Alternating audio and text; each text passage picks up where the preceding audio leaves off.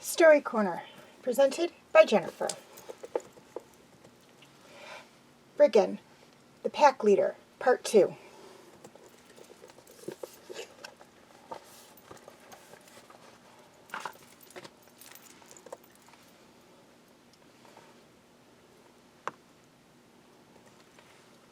Caitlin woke up with a start. They had passed a deeply unpleasant night. The river had allowed them to disappear and lose the conquerors, but when they crawled out onto the muddy bank a mile downstream, Caitlin and all of her possessions were soaked through. Tara's cloak dried quickly, but she spent a miserable night shivering and wet. When the rain stopped in the early hours of the morning, she had finally dropped off to sleep for a little bit. It was a restless sleep, veined with dark dreams. No matter how hard she tried to lock up her memories, her mind kept circling back to the past, like a prowling animal. In her dreams, she had been back in her home village. Her home had been in eastern Ura, the part closest to Zong, the part closest to the conquerors. When the conquerors first swarmed out of Sterol to begin their invasion, they started by swallowing the continents of Zong and Nilo. They set their sights on Ura next. They started testing waters, sending advanced parties on raids to see what the resistance in Ura would be. They knew they wouldn't have the element of surprise that had allowed them to take mighty Zong, but they suspected Ura didn't have the organization or the power to resist. And so, Caitlin had been harvesting crops with her family when the smell of smoke came creeping over the fields. They assumed that someone had been careless, brought a candle into a barn, left a hearth fire going without supervision. All the workers had gone sprinting back into town to help. Fire was a terror, but one they knew. But when they reached town, armed only with buckets, there was more than fire. Wreaths in the smoke were men with swords, men whose mission was to slash and burn and reduce the town to nothing but a charred scar on the earth. Her dreams usually ended there, the shock of discovery shaking her awake. But last night, the moment had been prolonged, haunted by howls of despair, full-throated cries of mourning. She thought she heard her father's voice, open and bare in a sound she had never heard from him before that day. But something had awakened her. Had it been something real or imaginary?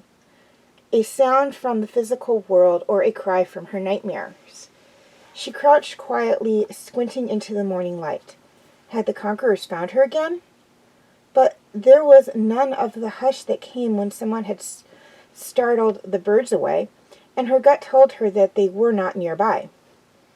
She relaxed and leaned back into her bedroll, smoothing her sleep-rumpled hair back into a tight braid. Her dreams were getting stronger. She'd been having these nightmares since her town was destroyed, but now the dreams were becoming more vivid, more realistic, the closer she got to Briggan. Elladan had told her that all the great beasts had special powers, and that Briggan, as well as being the pack leader, was often able to help enhance the senses. People even claimed that Briggan could bring visions, glimpses of the future. Well, that's not what she was getting, Caitlin thought crankily. She'd welcome a vision of the future, some hint of what to expect. But she was being pushed further into her past.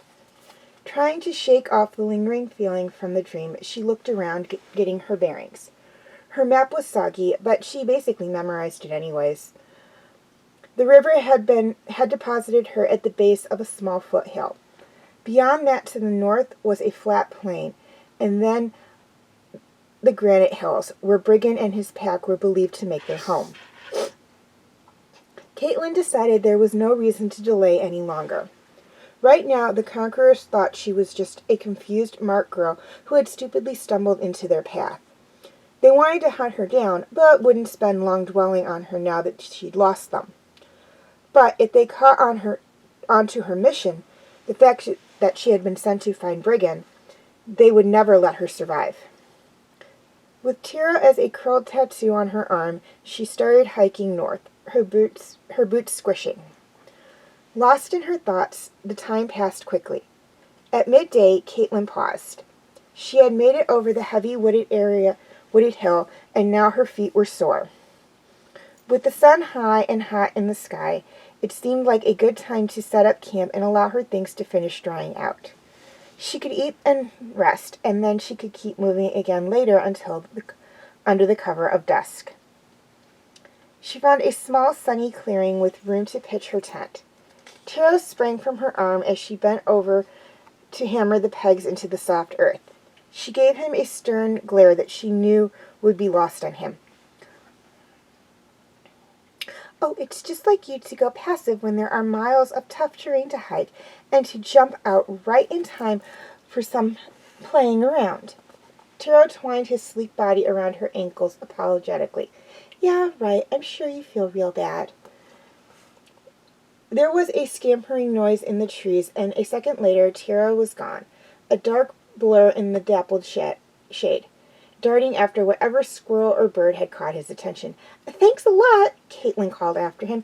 Great teamwork. Sometimes it didn't bother her that her spirit animal was so fiercely independent. Sometimes it did bother her that her spirit animal was so fiercely independent. She finished pitching the tent, then slung the waterproof food bag over a tree branch and hauled it up out of the reach of any interested animal. She spread her clothes and other supplies out to dry. All that done, she pulled a twist of beef jerky out of her pocket and sat happily chewing on it, enjoying the sunshine and listening to the sound of the forest around her. She could almost believe that the rest of the mission would be smooth sailing from here. A moment before she heard it, she felt it, like a cold trail of ice water down her spine. Then the sound opened up and enveloped the sky. It was a lonely howl, one blast that froze her blood and sent goosebumps prickling across her skin. There was a long pause, and then the call was answered once, twice, 3 times. The hill rang with sounds of the wolf cries. Immediately, Tara was beside her again, the fur on his back standing up in alarm. Caitlin's heart melted at the sight of the tiny mink ready to take on a pack of wolves. This must be the Great Pack. They were powerful and potentially dangerous, but there was no way to avoid them, not when her aim was to go even deeper into the heart of their territory, to Briggan. The howls were a clear warning, though, aimed right at Caitlin. Stay away, they said. Turn back. Briggan knew she was here.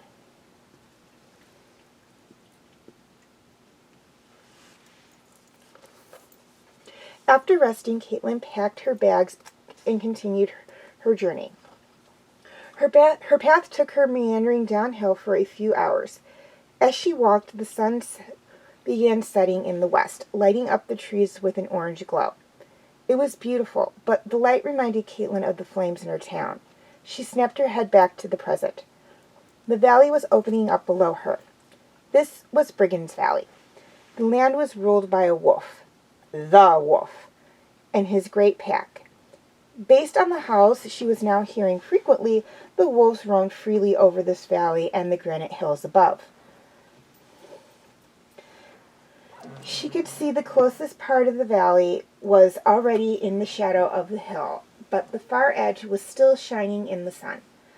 Colorful jays darted around, snatching berries and singing joyfully. Then she caught sight of something. A small hut. Caitlin hadn't known that anyone lived out here in the northern woods. There were certainly no large cities, not even any towns she knew of.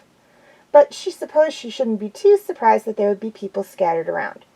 Maybe a farmer or a shepherd who liked the solitude. It felt like it had been forever since she talked to another person.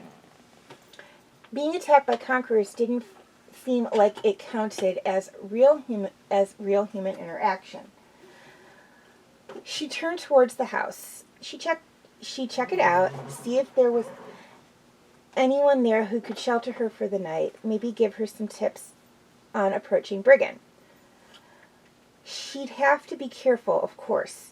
It was unlikely that someone living alone in Ura would be a friend to the conquerors, so that didn't worry her. But there was many other forms that a foe could take. Tiro nipped at her shoes, clearly trying to tell her something. She watched as he scampered ahead, ran back, and scampered ahead again. He was watching her eagerly. He reminded her of an arrow strung taut on a bow, ready to speed off the second he was released. She knew exactly what he wanted. "Okay," she said cautiously. "Go scout it out and let me know if it looks safe." He perked his head up. Before he could spring away, she called, "But Tiro, take a look and then come right back. No fooling around." She gave him her sternest look, but the invisible leash had been severed. He was already shooting across the valley towards the hut. Caitlin crept slowly along the edge of the valley, closer but still out of sight. When she felt she was near enough, she sat down with her back against a tree to wait for Tiro. She waited and waited. The sun disappeared behind the hills, and the entire valley was sinking into shadow. She squinted into the dusk, worried. He was supposed to get the lay of the land, then come and fetch her, or let her know to stay away. So where was he? Had he gotten into trouble? She pictured a maniac shoving Tiro into a pot and making mink stew. After waiting another few minutes, Caitlin decided she had to go investigate, no matter what dangers might be in store. She crept forward, trying to stay hidden in the shadows. The hut was just up ahead, and now she could see that there were a few chickens in a fenced-in yard outside. Tiptoeing even closer, she listened closely, but couldn't make out anything besides the quiet clucks of the chickens. Without Tiro, she had trouble feeling the bold courage that she needed to face whoever lived here. She needed him to feed her with his playful curiosity and to warm her with his soft fur and little nudges. Otherwise, she felt very, very alone. Without her spirit animal, she felt like the girl she was before she received her mark, before she became welcomed into the resistance. A girl without a home, without a family, without anything except a fear that took up so much of the space inside her that sometimes she forgot there was anything else. But now Tiro was probably somewhere in this home, maybe needing her, so she had to summon her own courage, which may or may not exist, from someplace inside.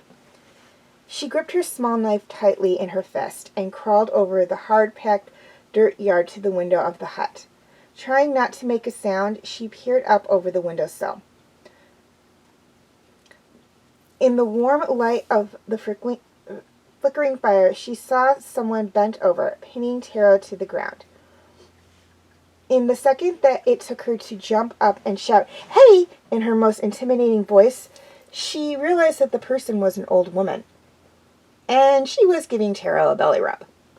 The mink was lying on his back, totally relaxed, his tongue lolling out of his mouth, while the old woman scratched his belly just the way he liked it. Caitlin's first reaction was relief. Her second, rage at her tiny betrayer. Taro's bright eyes flickered up and caught sight of her. An apologetic look spread across his face. The old woman followed his gaze and smiled up at Caitlin. "You must be this little fellow's companion, hey? Well, come inside already." Caitlin could hear the woman's voice through the glass pane. She reluctantly brushed the dirt off her knees, hauled her pack onto her shoulder, and walked around to the front of the house. As she let herself in, the woman pushed creakily to her feet and welcomed Caitlin with a warm embrace. She had short, curly gray hair and smelled like cinnamon. This was not the dangerous enemy Caitlin had been anticipating. "I'm Marla. Welcome," she said. "Can I get you something?" Can I get you some soup? I don't have much food prepared. I don't eat all that much anyways. But I have some good soup here." "No, thank you. I'm fine," Caitlin began, but the woman barely stopped to listen. Good. Let me get you that soup heated up, and then you'll have something filling to eat. Looks like you could use a real meal. And this is your spirit animal, I take it. Don't worry, no need to be secretive with me. Anyways, I knew you were coming." She winked at Caitlin. Meanwhile, Taro was nudging her ankle impatiently, waiting to be forgiven. Caitlin pushed him away with the side of her foot, not quite ready to give up her grudge. She'd been so frightened for him, and for no reason at all. "You're looking for Briggan?" Aileen asked suddenly. She stopped stirring the soup that she had poured into a big pot and looked carefully at Caitlin. "That's right. How did you know?" "Yes, you're looking for the great wolf. Everything about you is seeking. Maylene popped a finger into her mouth and clicked her lips. "Soup's ready." She pushed Caitlin into a chair and slid an enormous bowl in front of her. "You eat, I'll explain." As Caitlin spooned the fragrant liquid into her mouth, Tara slunk onto her lap and curled up. She didn't acknowledge him, but she didn't push him off either. "You might think I like to talk, but I run out of words quickly. It's just that I haven't seen anyone in a long while, so I have a lot stored up at the moment. I came out here to get away from people. I like the quiet, like being on my own. But what I didn't expect was the power that Briggan would have on me.